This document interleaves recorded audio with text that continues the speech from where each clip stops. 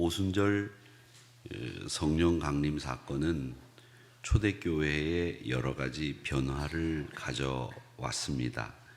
그 첫 번째 변화가 숨어있던 예수님의 제자들이 거리로 나서서 복음을 증거할 수 있는 용기를 갖게 된 겁니다. 예수 그리스도가 십자가에 매달릴 때 그 두려움이 모두 없어진 것은 아니지만 예수를 증거할 수 있는 담대한 용기, 이것이 이 오순절 성령 강림 사건 이후에 예수님의 제자들에게 생긴 변화였습니다. 그런데 스데반이 순교를 당하면서 사태가 긴박하게 돌아갔습니다. 이 죽음이 현실적으로 모든 신자에게 임할 수 있다라는 이 위험이 신자들에게 다가온 것이죠. 그래서 신자들은 예루살렘을 떠나기 시작을 했고, 또 예루살렘에 있어서는 안 된다라는 이런 위협이 신자들에게 주어졌습니다. 빌립은 예를 들자면 그래서 사마리아로 내려가서 거기서 복음을 전도하는 일을 벌였고요. 교회가 흩어지기 시작했다라는 말씀이 오늘 29번째 이야기 주제입니다. 근데 이 흩어짐이 꼭 나쁜 결과만을 초래한 것은 아니었습니다. 도리어 이 흩어짐을 통해서 곳곳에서 은혜로운 일들이 일어났죠. 사도행전 1장 8절의 말씀처럼 온 유다와 사마리아와 땅끝까지 이르러 복음이 증거되는 역사가 일어나게 된 겁니다. 그리스도인들은 이렇게 흩어지는 사람들입니다. 모여있기도 해야 되지만 이 흩어짐은 그냥 무의미한 흩어짐이 아니라 의미 있는 흩어짐이 우리에게 있어야 됩니다. 모이면 기도하고 흩어지면 전도하는 이런 의미 있는 흩어짐이 우리에게 있어야 되겠는데, 이 흩어짐은 복음을 전하는 흩어짐입니다. 결국 이 흩어짐을 통해서 이방을 향해서 가게 되는 사도들도 생기게 되고, 또 복음의 증거가 계속해서 서진하게 되는 역사를 이루게 된다라고 하는 것을 오늘 말씀을 통해서 보게 됩니다. 우리는 이 말씀에서 교훈을 얻게 되는데, 이 흩어짐이 주는 교훈은 무엇인가? 이 흩어짐이 주는 교훈은 우리는 복음 증거의 사명이 있다, 이걸 잊지 말아야 되겠습니다. 하나님의 명령입니다. 하나님은 우리가 흩어지지 않고 모이기만 해서 모여서 예배드리는 일에만 치중한 그 모습을 보시고 강권적으로 핍박이라고 하는 것을 통해서 우리를 흩으셨습니다. 그래서 이 흩는 일을 통해서 복음 증거가 일어날 수 있도록 만드셨고, 이 공동체라고 하는 우리 공동체가 나를 위한 공동체가 돼서는 안 된다라는 것을 말씀하셨습니다. 너를 위한 공동체, 그리고 우리를 위한 공동체가 되게 하시기 위해서 우리를 흩으셨다라고 하는 것을 기억해야 됩니다. 그래서 우리 신자들은 우리들끼리 공동체를 만들고 그 안에서 희희낙낙하고 그 안에서 우리끼리 끌어안고 이렇게 가는 공동체가 아니라, 기도해주고 중보해주고 또 포용하고 또 그를 섬겨주는 공동체로 우리 공동체가 서야 된다라고 하는 것을 말씀하고 있습니다. 흩어진다고 하는 것을 헬라어 그리스 말로는 디아스페이로라고 합니다. 거기서 디아스포라라는 말이 나왔습니다. 흩어진다, 디아스페이로라고 하는 말입니다. 이 디아스페이로라고 하는 말은 어떤 뜻을 가지고 있느냐면, 농부가 봄에 씨앗을 뿌리는 것을 디아스페이로 이렇게 이야기를 합니다. 그래서 이 흩어짐이라고 하는 디아스페이로라고 하는 말은 농부가 봄에 땅에다가 씨앗을 뿌리는 일과 똑같은 일입니다. 하나님이 친히 자기의 손을 통해서 백성들을 통해서 흩어짐을 통해서 이 씨앗을 모든 땅에다가 뿌릴 수 있도록 만드는 일, 이게 흩어짐, 디아스페이로라고 하는 말이라고 하는 것을 기억하시기를 바랍니다. 초대교회 신자들에게 땅끝까지 이 복음을 전하게 하기 위해서 흩어지도록 하나님이 몰아붙이셨다. 그 방법은 핍박과 박해라고 하는 강권적인 방법이었다.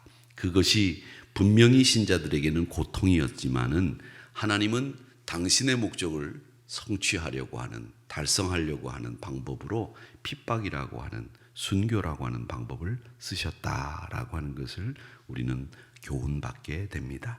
자, 그러면 우리는 이 말씀을 통해서 어떤 적용을 할 수 있을까요?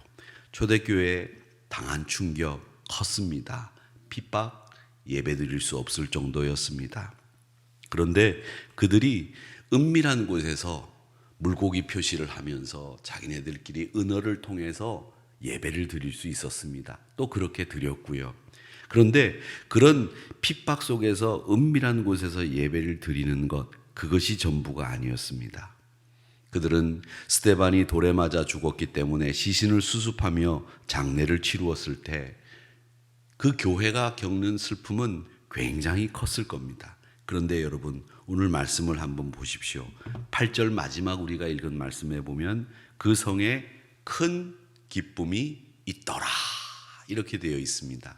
마지막 큰 기쁨이 있었다. 그런데 그 기쁨이 어떻게 해서 생겼는지 여러분 오늘 말씀을 보면 쭉 머릿속에 연상이 되시죠? 어떻게 기쁨이 생겼습니까? 내 기도가 응답되어서 기쁨이 생겼습니까? 아니면 내가 좋은 집을 사고 우리 아들이 대학을 가서 기쁨이 생긴 겁니까? 아니죠. 복음이 많은 사람들에게 디아스페이로 증거되고 씨앗으로 심겨지면서 각 성에 기쁨이 생겼다라는 겁니다. 그러니까 우리의 기쁨이라고 하는 것은 내 기도가 응답되어 기쁨이 생긴 것이 아니고 하나님의 복음이 증거되면서 우리 안에 기쁨이 생긴다라고 하는 것을 우리에게 보여주고 있습니다. 여러분, 기쁨을 내 기도 응답에서 찾지 마십시오. 기쁨을 내가 내 주변과 내 환경이, 내 옵션이 잘 풀려나가는 것 때문에 기뻐하지 마시고 복음이 증거됨으로 기뻐할 수 있어야 됩니다. 그것이 성경에서 우리가 누리게 되는 기쁨의 원리라고 하는 것을 배우게 되는 거죠. 그래서 말씀이 흥왕하는 자리, 성령이 역사하는 자리, 그 자리에 기쁨이 있습니다. 그것을 여러분 꼭 기억하십시오. 내 기도보다 말씀이 흥왕하는 자리에서 내 기쁨을 누리리라. 이런 신자의 태도를 갖는 것이 우리들에게 필요합니다. 누가복음 12장 49절 말씀에 보면 예수님은 이 땅에 불을 던지러 왔다고 말씀하셨습니다. 이 불을 던지러 왔다고 하는 누가복음 12장 49절의 말씀은 우리에게 뭘 얘기합니까? 우리가 세상의 가치관과 싸워야 된다고 하는 것을 일러주시기 위해서 불을 던지러 오신 겁니다. 복음을 던져서 세상 사람들이 생각하는 그 생각을 바꾸기 위해서 복음의 불씨를 던지기 위해서 오셨다라고 하는 것이 12장 49절 누가복음의 말씀입니다. 사랑하는 성도 여러분, 이 복음의 불을 우리도 땅에 던져야 됩니다.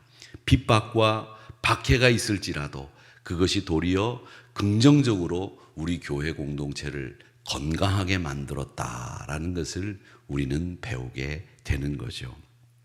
얼마 전에 그 유명한 유발 하랄이라고 하는 사람이 쓴 호모사피엔스라고 하는 책이 있습니다. 요즘에 굉장히 많이들 읽는 책들이라서 저도 쭉 읽었는데 거기에 보니까 이런 말이 있더라고요. 로마 제국이 자기가 정복한 제국의 그 사람들이 가지고 있는 종교나 그 사람들이 가지고 있는 기호는 그대로 관용하고 받아들였다는 거예요. 로마 제국이 사실 진짜 그랬습니다. 제국이 정복을 하면 그 나라 민족들이 가지고 있는 종교나 관습을 그대로 인정하고 그대로 점령하게 되면 조세만 꼬박꼬박 바치면 그들이 마음대로 살도록 내버려 뒀기 때문에 로마 제국이 이 지중해 연안의 세계 제국을 만들 수 있었다, 이렇게 평가하는 사람들도 있는데, 그런데 이 로마 제국이 유독 딱 4번에 걸쳐서 그 종교를 박해하고 못 믿도록 했던 적이 있었다. 그게 딱 4번이었다. 그리고 그 4번에 걸쳐서 기독교인들이 가장 많이 희생됐는데 수천 명이 희생이 됐다. 근데 그 다음 얘기가 중요합니다. 그 다음 얘기가 뭐냐면, 그런데 기독교로는 2000년 역사 속에서 사랑과 정의라고 하는 예수님의 사랑을 실천한다는 명목하에 수백만 명을 서로 죽이고 죽였다. 이런 말이 있더라고요. 사실 그렇습니다. 2000년 역사 동안에 기독교도들은 신구교간, 또 구교와 구교간, 이 하나님의 정의라고 하는 명분으로 수백만 명을 죽였습니다. 서로 죽이고 죽였습니다. 너무나 많은 종교 전쟁이 유럽에서 있었죠. 그 종교 전쟁 하나하나를 들여다보면 다 어떤 전쟁이었느냐. 저는 그 글을 보면서 그렇습니다. 그 말이 틀린 말이 아닙니다. 기독교인들이 로마 황제에 의해서 박해를 당한 것은 4번이었습니다. 그 4번에 걸쳐서 죽은 사람 수천 명이었겠죠. 그런데 2000년 역사 속에 하나님의 사랑을 실천한다, 하나님의 정의다, 이런 명목으로 죽은 사람은 수백만 명이다. 틀린 이야기 아니지만 이 이야기를 보면서 저는 우리 인간들이 하나님의 뜻이다, 여기에 하나님의 길이 있다, 이렇게 자기의 길을 하나님의 뜻인 양 포장하고 그 하나님의 뜻을 명분 삼아서 자기의 욕망을 실현하고 자기의 미움과 자기가 원하는 것들을 이루어낸 이런 사람의 뜻이 개입된 일들이 얼마나 많았는지를 본 겁니다. 여러분, 그 유발 하라리가 이야기한 것을 통해서 우리는 깨달아야 될 것이 하나 있는데, 여러분, 내 뜻을 하나님의 뜻인 양 포장하거나 그것을 명분 삼아서 그리스도의 사랑이다, 정이다, 이렇게 함부로 이야기하는 것들이 수백만 명을 죽였다라는 거죠. 여러분, 하나님의 뜻, 그거 알아내는 것 쉽지 않은 일이고, 함부로 하나님의 뜻이다, 하나님의 길이 여기 있다, 함부로 하나님을 위해서다라는 말을 하지 않는 것이 우리에게는 조금 필요하겠다라는 생각을 했습니다. 여러분, 하나님의 뜻 참으로 무섭고 어려운 일입니다. 그런데 우리 인간들은 그런 것을 쉽게 이야기하면서 자기 욕구를 충족시키는 데 이용했고, 자기의 미움을, 복수를 쓰는데 이용했다라는 것을 저는 보았습니다.